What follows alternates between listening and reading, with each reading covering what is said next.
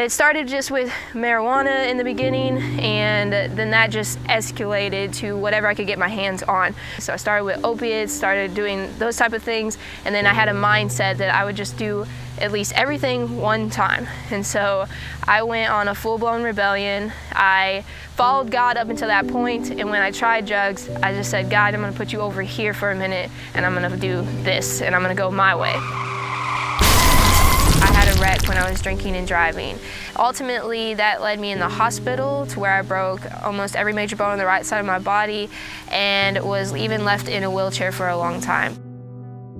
I went from using pain pills and using drugs as a fun thing, but then when I had my wreck, I had pain, so I really had to use them for pain. But then I let the addiction come back and I began to abuse them again. So as my mom would distribute them to me, I would just hold them back so I would have enough to get high on. So every time I get a paycheck, I would spend it on pills, constantly stole. I would steal from my mom. I would steal random $20 of cash. I burned every bridges with friends. I didn't really care about them. I was very manipulative. I didn't care about myself, so I couldn't care about anybody else. So believing in God and knowing that He can save me and deliver me has changed my life drastically.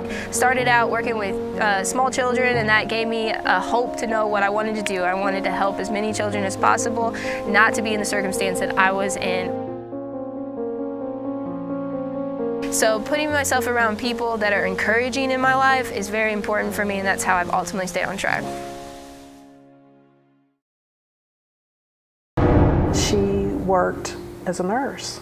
Her entrance into the world of narcotics or opioids was, I don't want to say by mistake, but I think she kind of slipped into it. She was going to her 10-year class reunion. She wanted to look nice, and at that time there was some kind of diet pill that you could get on over the counter. She was able to get a prescription for those, and then she took off the weight. Well, and this was over a period of about 3 months. And then she complained about how she couldn't get the jitters to stop. So she goes back to the doctor and gets something that kind of, helps with her nerves and things like that. And that's kind of where it started. When you work in the nursing field, you know a lot of doctors. Well, I've got this wrong, or I need help, I'm having trouble sleeping, I've got a backache or whatever. So she never had a problem getting them. She had gotten on as a flight nurse,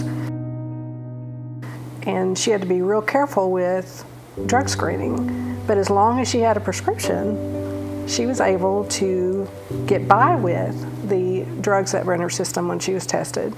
And I think that's a big misconception of people too. Oh, if I have a prescription for it, there is nothing wrong with it. A doctor gave this to me. Well, then she met a doctor and she got married. And so with the marriage came kids, and she gained a lot of weight, and she just kind of drove off the path of being a nurse anymore, and depression set in. I decided that I wasn't going to keep it a secret anymore. And I started talking about it with people. And you know how small towns are? People were already talking about it. They just weren't talking about it with us. My parents started to get involved. My parents are older. It was breaking their hearts. It was, what can we do? And we even tried. Nobody wakes up in the morning and says, well, I think I'm going to grow up and be a drug addict. But it turned from an issue of her addiction to, I'm going to protect these kids. Negative K, nothing further, One night she got arrested, and I went out and got the kids. She had them in the car with her, and I went and got the kids, and they were both screaming, and I had one on each arm, and I said, she loves you, but you're coming with me. That person that I had grown up with and shared everything with and told all of our secrets to, I didn't even know this person anymore. She had agreed to go to rehab in Tennessee on the condition that the doctor that put her in would give her more narcotics to get her ready to go. So by the time they got her down there, within an hour of arriving, she's calling and she's standing outside, sitting on the bench waiting on somebody to get her. She checked herself out. Her family broke up, moved out, and we had cut her off, and she left a note And she'd gone to a doctor over in Tennessee and got some pills and, you know, left a note, and my brother-in-law found her on a Saturday morning. She had all of the tools and resources that someone could have that needed them, because she, you know, she came from a very well-to-do family. Her husband, you know, is a doctor.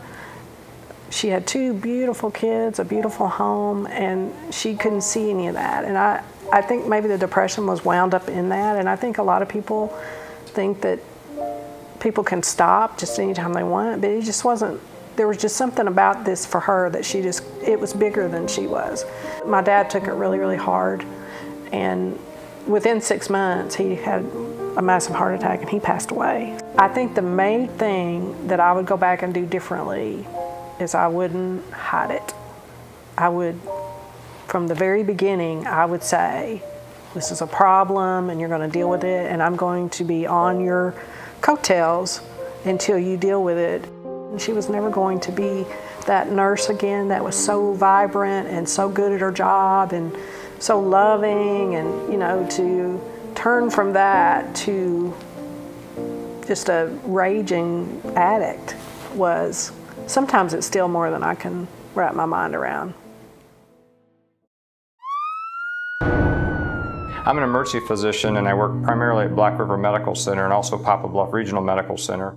Pain is the #1 thing we see in the emergency department. A lot of it's back pain, a lot of it's abdominal pain, and there are some objective tests we can do to figure out what it is, but a lot of times we can't figure out what's causing the pain, and then we have to decide how to treat it. If you look at the opioid epidemic, it started somewhere around the year 2000, back when the Joint Commission, which helps regulate hospitals and accredit them, the medical boards of several states, or all states, and also multiple other government agencies decided that they were going to punish doctors if they didn't treat pain adequately. And so starting at that time, doctors then started kind of by force having to do more opioid prescriptions. Historically, for the last 10 or 15 years, we've done more of the opioids for the acute and chronic pain.